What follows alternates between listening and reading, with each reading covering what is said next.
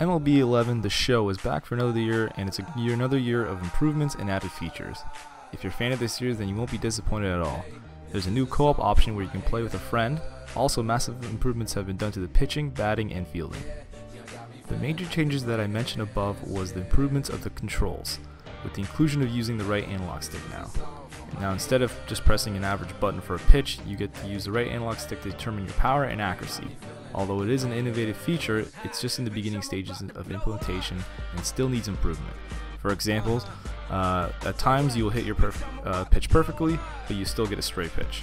When it relates to batting, it's now based on a system of pulling the right analog stick back and then forward to complete your hit. Now, even though it's extremely tough to get a handle on, it's accurate and makes sense. Fielding is based on a system where the longer you hold down on the right analog stick to the desired base, the more power and strength your throw will have. If you don't aim your throw properly though, you'll get a red indicator which opens yourself up to an error. These mechanisms still need to be improved on, although it's a great start of implementing these systems. Not many changes were done in terms of the franchise and the Road to Show mode. With the inclusion of major changes to the gameplay mechanism, you could see how this could be overlooked. Even with these changes though, I was still hoping for some major changes with these modes, because they're beginning to get a little stale.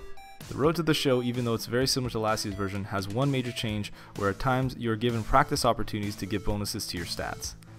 It would have been nice to see some more cutscenes in a more story-driven based career. As of right now, the mode works, and in my opinion tends to be the most fun mode in the game. When it relates to the franchise mode, I felt this mode has missed a lot of attention over the years. It would have been great to see a more goal-driven franchise mode. As of right now, the franchise mode is too plain and doesn't have enough depth to keep me entertained and engaged. There is also another feature added, which was weekly challenge in depth and adds to the value. My experience with the online play was not so good, as it tended to be too laggy, although I do like how they included the co-op option within the online play. I still don't know if this is a definite buy. It's a must play, whether you decide to purchase that is another question. With no major changes to the gameplay modes, it's tough to suggest buying it. Although if that doesn't bother you, then you should go out and purchase the game for the improved gameplay mechanisms. One last thing that should be mentioned was the improvements to player models. Even though the stadiums themselves could have been improved. I'm not saying this was a major issue, but I still felt like the players looked out of place in the stadiums.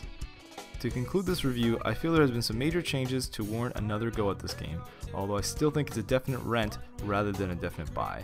Again, another solid effort from the strong franchise.